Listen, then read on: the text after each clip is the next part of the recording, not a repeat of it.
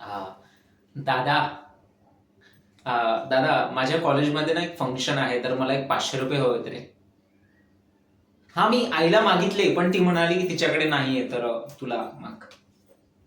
हा, एक 500 रुपये बस. हा, थँक्यू दादा, यू आर ग्रेट. मला लेट होता, मी कॉलेज जातो. कोण, रिया?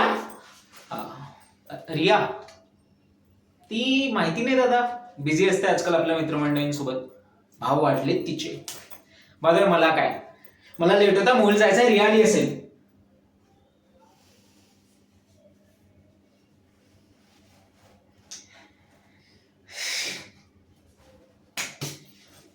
मच्छर.